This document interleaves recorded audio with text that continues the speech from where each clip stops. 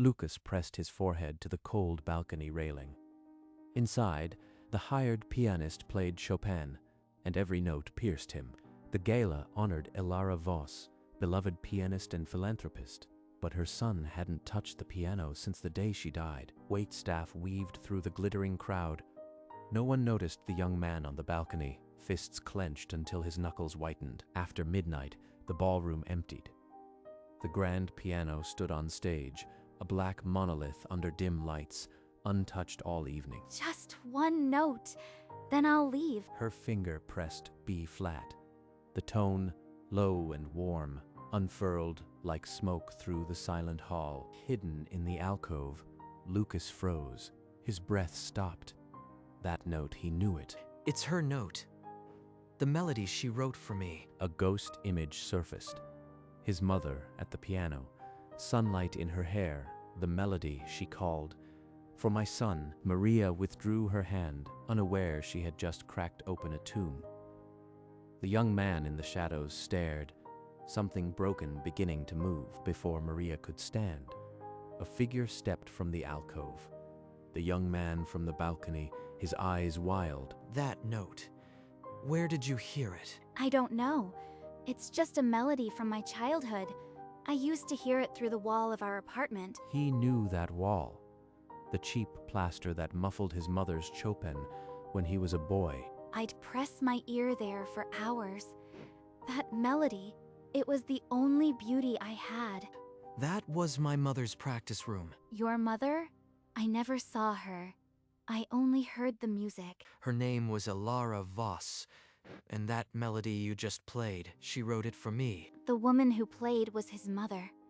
All those years I listened, and I never knew. The silence between them grew heavy with ghosts.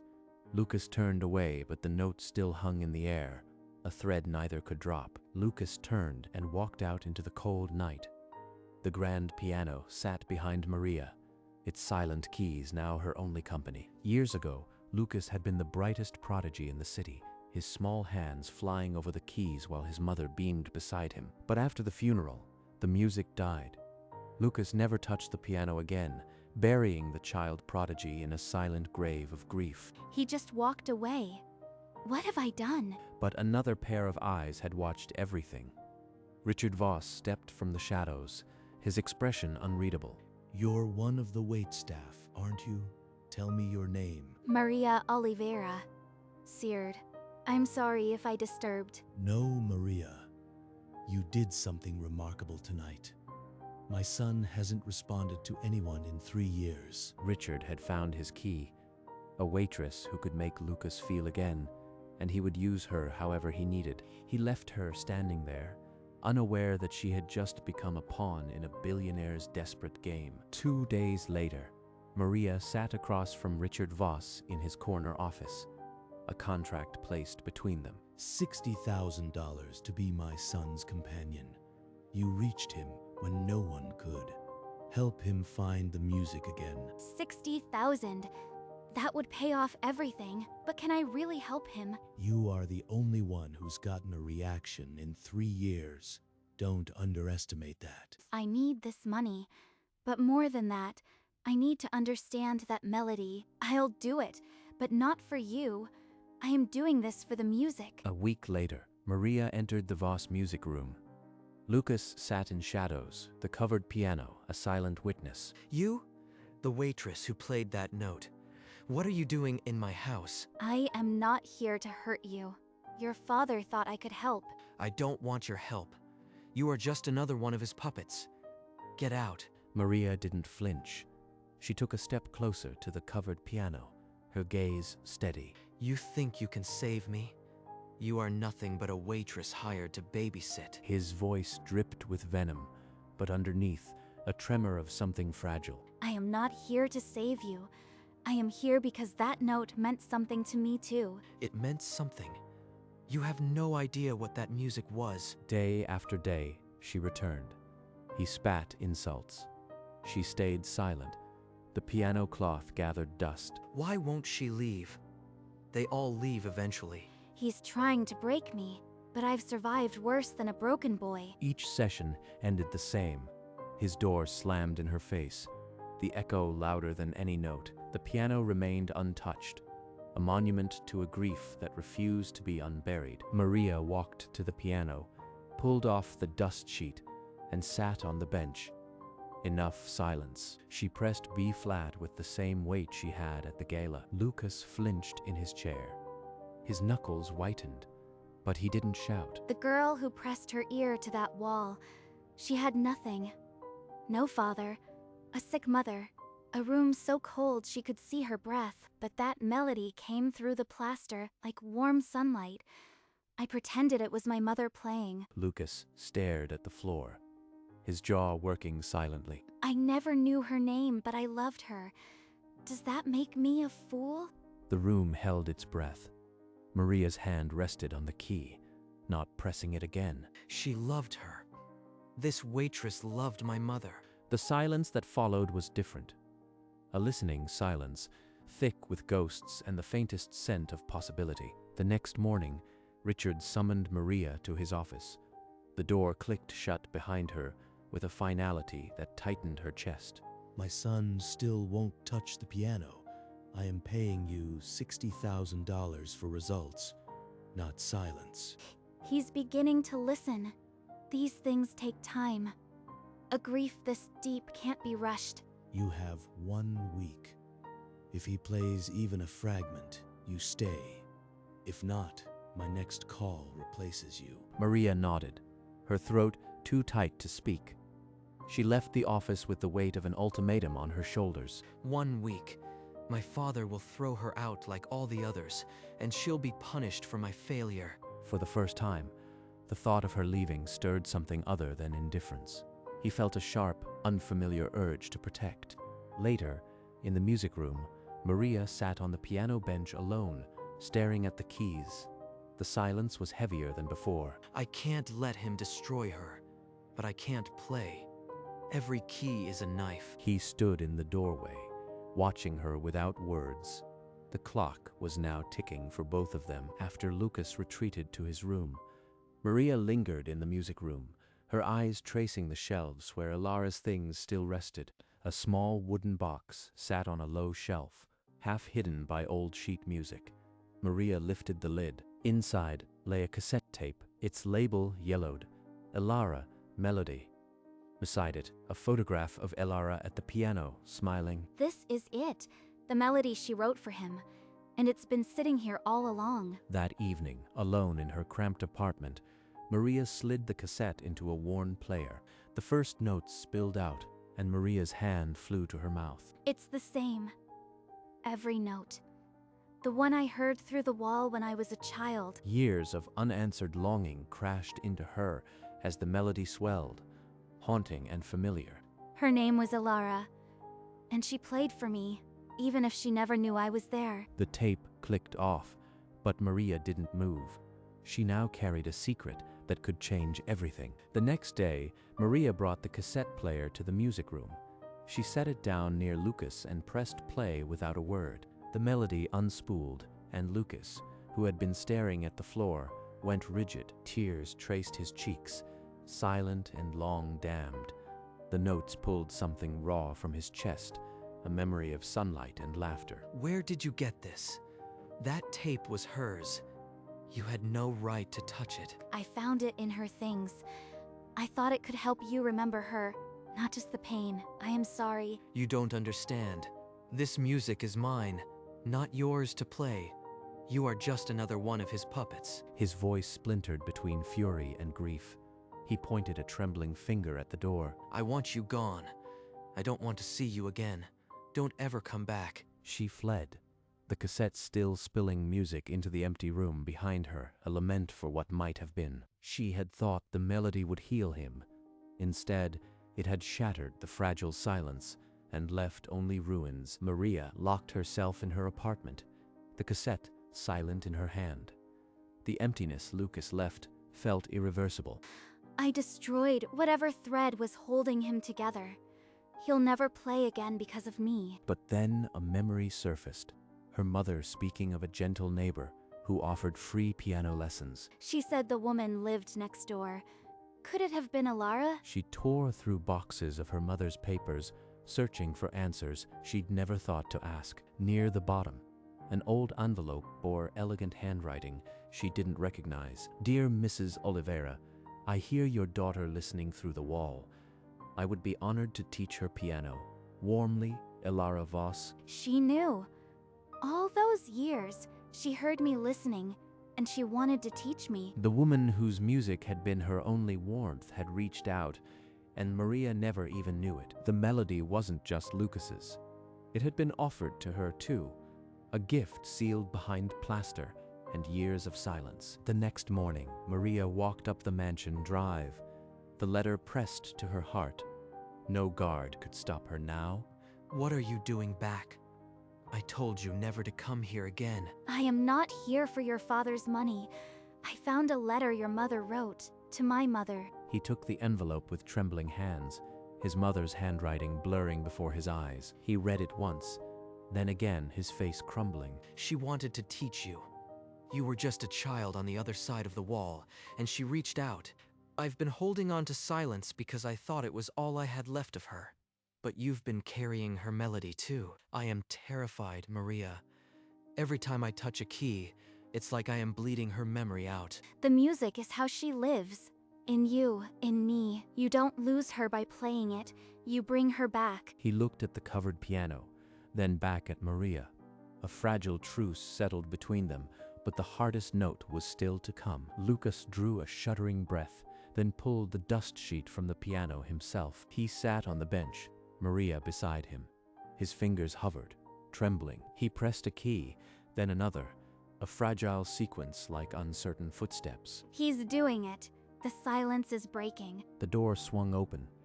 Richard stood frozen, disbelief warring with hope on his face. Lucas, you are playing.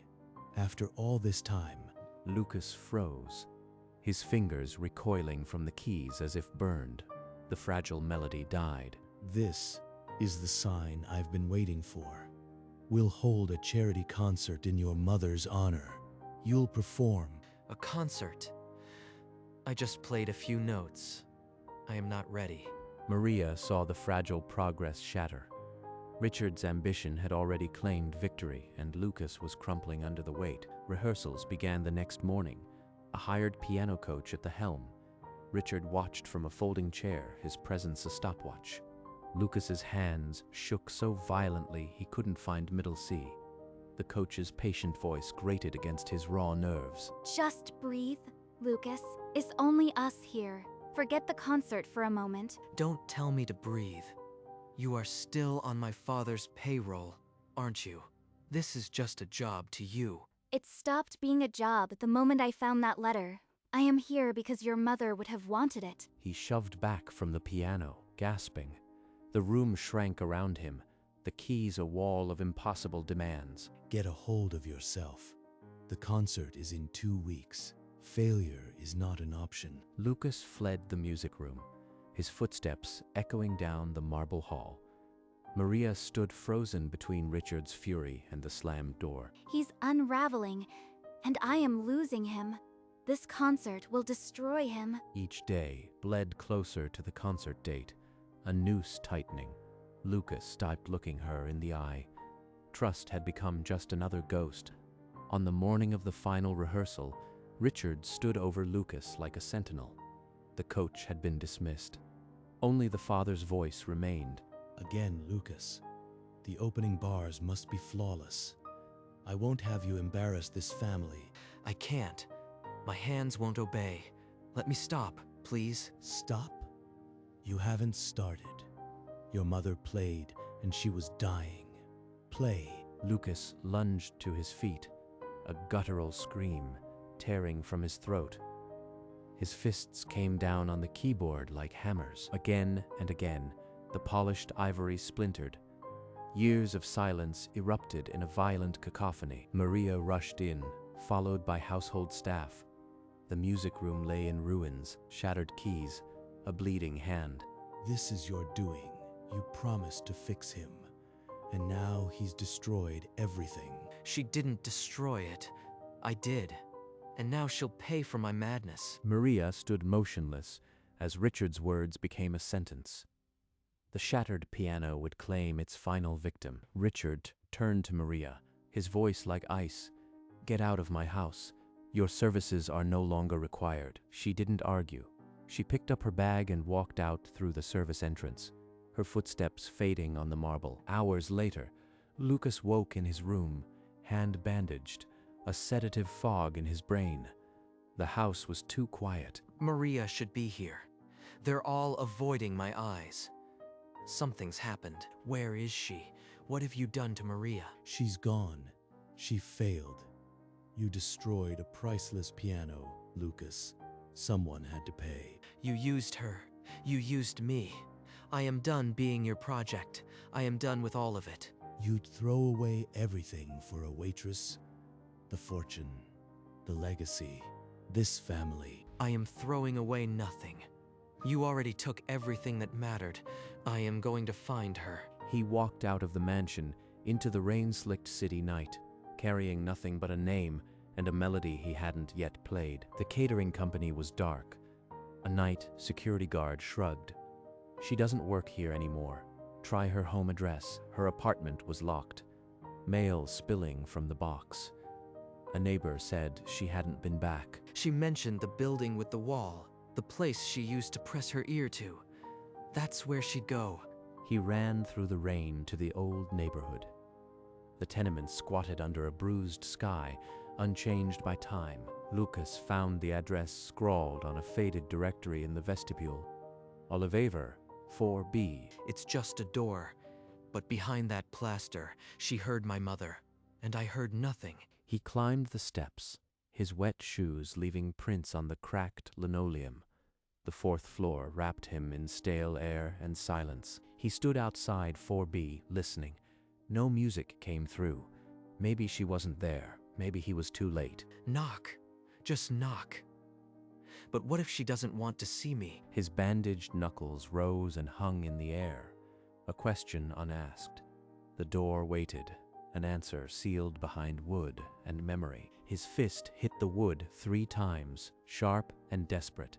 A lock clicked and the door swung open. Lucas, your hand. How did you find me? I walked out. Maria, no fortune, no mansion, no father. All of it means nothing without the music, and the music means nothing without you. I was wrong to push you away. You left everything? Lucas, that's your life. I am just a waitress who pressed an ear to a wall. Take me to the basement where you used to listen. I need to be where she was heard, not just mourned. He's asking to go to the place where it all began. Maybe that's where it can begin again. She nodded and led him out into the stale hallway. Down the stairs they went, past the mailboxes and the peeling paint. The basement door groaned open, revealing a dusty labyrinth of forgotten furniture, and, in the corner, an old upright piano. The keys were yellowed, the wood scuffed. Lucas walked toward it, as if approaching a sacred relic. Lucas brushed dust from the bench and sat. From his coat, he pulled the framed photograph of his mother and set it on the piano. She never played this piano, but somehow it's closer to her than the mansion ever was. He placed his bandaged fingers on the yellowed keys and pressed the first note, B flat, the same one Maria had played.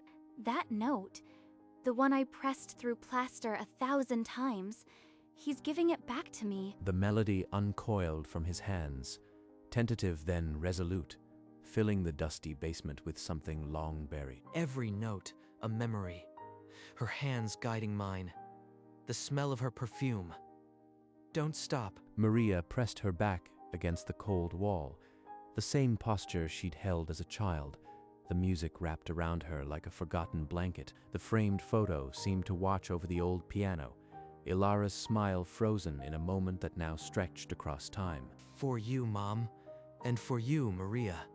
I am finally playing for both of you. The melody climbed toward its aching peak, and the old building seemed to lean in and listen. The music crescendoed, and a montage bled through the basement shadows. Young Lucas at a concert hall, his mother beaming in the wings. Then Ilara at her own piano, fingers dancing, the melody newborn under her touch. A younger Maria, ear pressed to the wall, eyes closed, dreaming of a music she never saw. This is where it ends, but not the music, not her. The final note hung in the air, a B flat that quivered before fading into a silence deeper than any before. For my son. That's what she called it. Lucas's hands fell into his lap. He was weeping openly. Years of held breath finally released. Maria crossed the dusty floor and pulled him into an embrace. No words, only the heartbeat of two people who had both loved the same woman. The photograph of Ilara looked on, her smile now not a memory of loss, but a benediction. The silence was no longer empty. It was full of everything they had finally given voice. The basement door creaked again. Richard Voss stood on the threshold, his tailored coat damp from the rain, his breath shallow. I spent a fortune to force music out of him. She gave him one note, and he played his heart out. He saw his son slumped on the bench, the photograph of Ilara on the piano, and Maria's arms around him. All my plans, the concert, the pressure, I nearly destroyed him. She did what I couldn't. For the first time in his life, Richard Voss had nothing to say.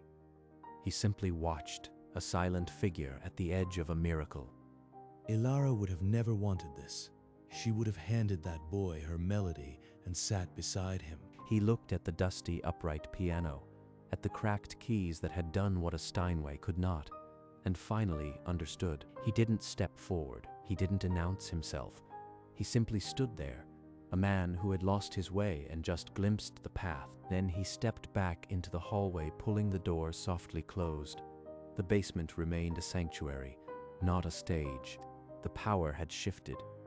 No fortune could buy back this moment, and Richard knew it had been given, not taken. Days later, morning light bled through the basement window, touching the old piano with the gentleness of a memory. Lucas sat at the keys, his hands moving softly, not in performance, but in the quiet rhythm of practice. Maria descended the stairs with 2 cups of coffee, her smile a quiet punctuation in the dusty air. You are up early. That melody is becoming your morning prayer. It's the only way I know to start the day now. It feels like breathing again. He's not a prodigy anymore. He's just a boy who loves to play. That's more beautiful than any concert. The silent pauses between notes were no longer heavy. They were rests in a shared rhythm, a conversation without words. The photograph of Ilara remained on the piano, now a silent member of their quiet mornings. She would have liked this, sitting here with us, coffee and all. And the music continued, because now it could. Not for a world, but for a room. The framed photograph of Ilara caught the last of the morning light, her smile unchanged. Beside it lay the handwritten sheet music. For my son, in elegant script, the notes slightly faded. A single note, B flat, had been enough to break a years-long silence. That note was a gift passed from mother to son, and from son back to the girl who had only the wall. Grief had built a fortress, but music, once offered, cannot be locked away forever. Lucas no longer played for an audience. He played because his mother had taught him, and now he remembered. Maria never needed a concert hall. She had once pressed an ear to plaster, and now she sat in the music itself. Richard had learned that a dusty upright and a waitress's one note could do what all his wealth could not. In the end, it wasn't about genius or fame. It was about a melody that refused to die. And, somewhere, the echo of that B-flat still lingered, a promise that silence can always be broken by a single generous note.